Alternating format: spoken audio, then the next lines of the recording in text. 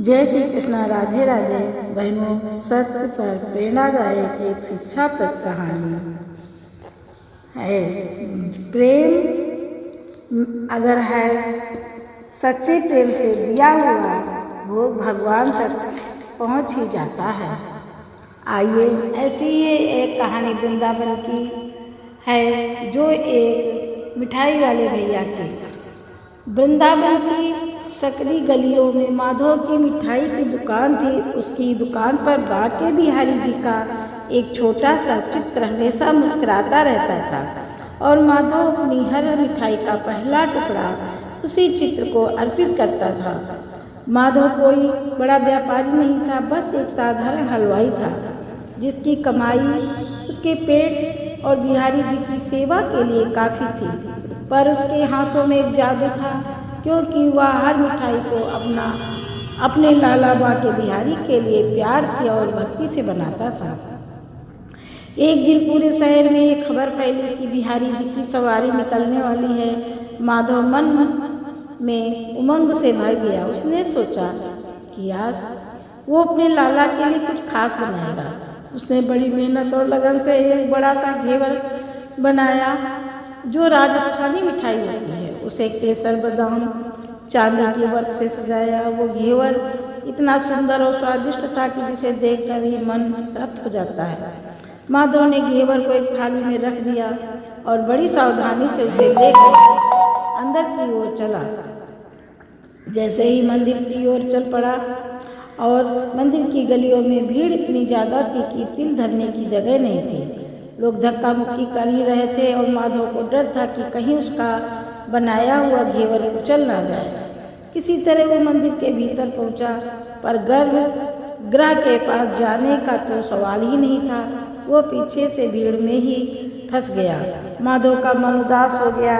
उसकी आंखों में आंसू छलक आए और उसने मन ही मन बिहारी जी को पुकारा, लाला, मैंने ये घेवर सिर्फ तुम्हारे लिए बनाया है प्रभु, पर मैं इसे तुम्हें कैसे चढ़ा नहीं पा रहा हूँ।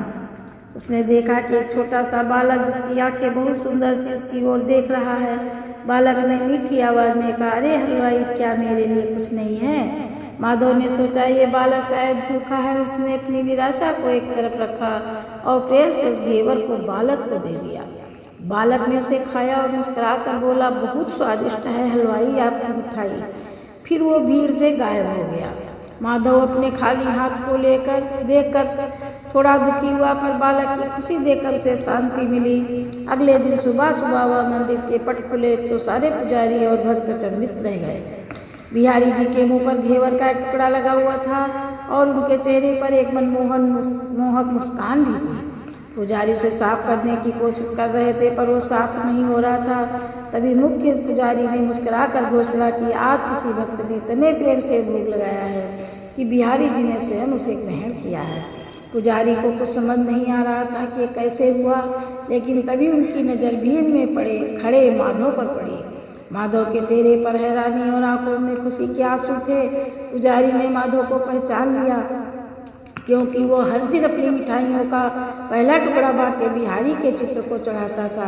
पुजारी ने मुस्कुराकर माधव की ओर देखा और कहा, तुम्हारे प्रेम का भोग बिहारी जी ने स्वीकार कर लिया है। माधव समझ गया कि जिस बालक को उसने घेवर दिया था वो कोई और नहीं, स्वयं मेरे प्रभु थे, मेरे लाला थे। माधव के लिए वो दिन सबसे बड़ा तीर्थ बन गया। उसे ये एहसास हो गया कि प्रेम से दिया गया हर छोटा भोग भगवान तक पहुंच जाता है, चाहे वो मंदिर में हो या किसी भूखे बालक के हाथ में हो। राधे राधे। जय श्री कृष्णा। जय श्री कृष्णा। राधे राधे।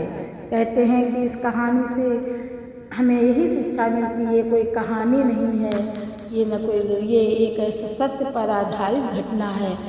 ये एक दृष्टांत है जिसमें कि यही शिक्षा मिली है कि अगर प्रेम से हम किसी भी प्राणी को भोजन खिलाने या कुछ जो भी कोई वस्तु अर्पित करते हैं, वो मेरे प्रभु को अवश्य समर्पित हो जाता है।